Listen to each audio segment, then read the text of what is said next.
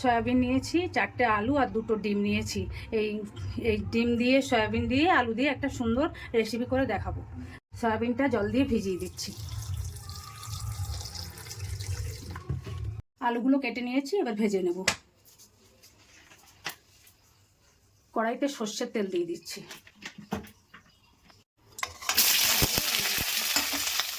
দিয়ে দিচ্ছি একটু লবণ আর একটু হলুদ। আলুগুলো আমার ভাজা হয়ে গেছে, এবার তুলে নেব।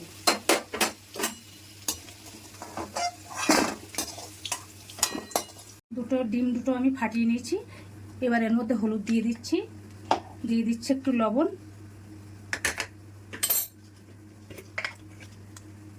একটু জিরে গুঁড়ো আর হলুদ লঙ্কার গুঁড়ো।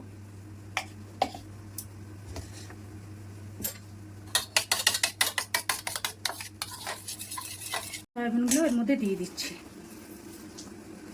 সয়াবিনটা তেলে দিয়ে দিচ্ছি।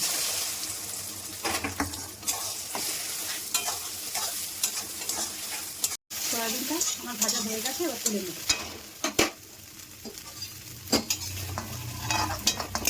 রান্নার জন্য সর্ষের তেল দিয়ে দিচ্ছি।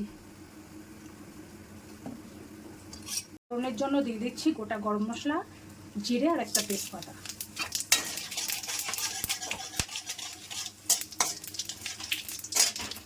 পেঁয়াজ দিয়ে দিচ্ছি, দিয়ে দিচ্ছি আদা রসুন বাটা। এবার কটা কাঁচা লঙ্কা কুচি দিয়ে দিলাম আর টমেটোটা দিয়ে দিচ্ছি। লবণ দিলাম, হলুদ দিয়ে দিলাম, দিয়ে দিচ্ছি একটু ধনে গুঁড়ো, 1 চামচ জিরে গুঁড়ো, আর দিয়ে দেবো একটু কাশ্মীরি লঙ্কা। অল্প জল দিয়ে মশলাটা একটু কষিয়ে দেবো। আলু ভাজা দিয়ে দিয়ে দিচ্ছি। সয়াবিনগুলো দিয়ে দিলাম, সামান্য চিনি দিয়ে দিলাম। এবার দিয়ে দেব উষ্ণ গরম জল,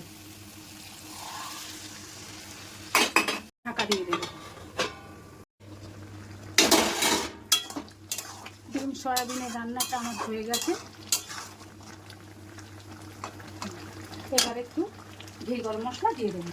অল্প একটু ঘি দিয়ে দিলাম আর দিয়ে দেবো একটু গরম মশলা। এবার নামিয়ে নেব। রেডি আমার ডিম সয়াবিনের রেসিপি। এইভাবে আপনারা বানিয়ে খাবেন, অপূর্ব স্বাদের হয় খেতে।